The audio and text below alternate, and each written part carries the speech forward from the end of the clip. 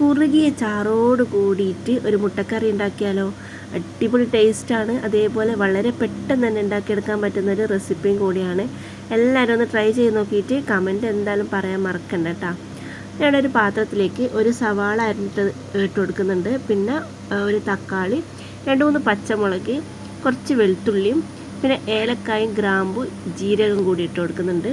എന്നിട്ട് കുറച്ച് ഒന്ന് വഴറ്റി കൊടുത്ത്, ഇതിലിപ്പോൾ ഞാൻ ഓയിലോ വെളിച്ചെണ്ണ ഒന്നും ഒഴിച്ചു കൊടുത്തിട്ടില്ല കേട്ടോ. ഇതിലിപ്പോൾ വെള്ളമാണ് ഒഴിച്ചു കൊടുക്കുന്നത്.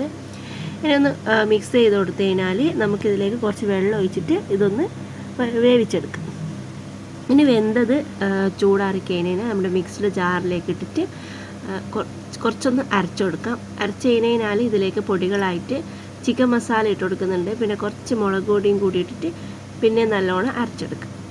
ഇനി ഒരു പാത്രത്തിലേക്ക് കുറച്ച് ഓയിലോ വെളിച്ചെണ്ണയോ ഒഴിച്ചു കൊടുത്തിട്ട് ചെറിയുള്ളി ഇട്ട് കൊടുക്കാം. പിന്നെ കുറച്ച് അണ്ടിപ്പരിപ്പും കൂടി ഇട്ട് കൊടുക്കുന്നുണ്ട്. ഇത് നല്ലോണം ഒന്ന് വറുത്തെടുക്കാം.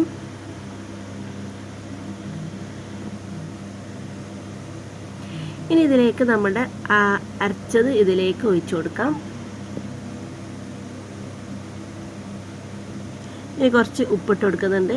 പിന്നെ ഞാനിവിടെ ഒരു 3 മുട്ട പുഴുങ്ങി വെച്ചിട്ട് നല്ലോണം ഒന്ന് വരഞ്ഞിട്ട് കൊടുത്തിട്ടുണ്ട്. അതും കൂടി ഇട്ടിട്ട് നല്ല പോലെ ഒന്ന് വറ്റിച്ചെടുക്കാം. ഇനി ഇതിലേക്ക് കുറച്ച് കസൂരി മേത്തി ഇട്ട് കൊടുക്കുന്നുണ്ട്. അപ്പോൾ നമ്മുടെ കറി ഇവിടെ റെഡി ആയിട്ടുണ്ട്. എല്ലാവരും ട്രൈ ചെയ്ത് നോക്കിയിട്ട് കമൻറ്റ് പറയാൻ മറക്കണ്ട കേട്ടോ.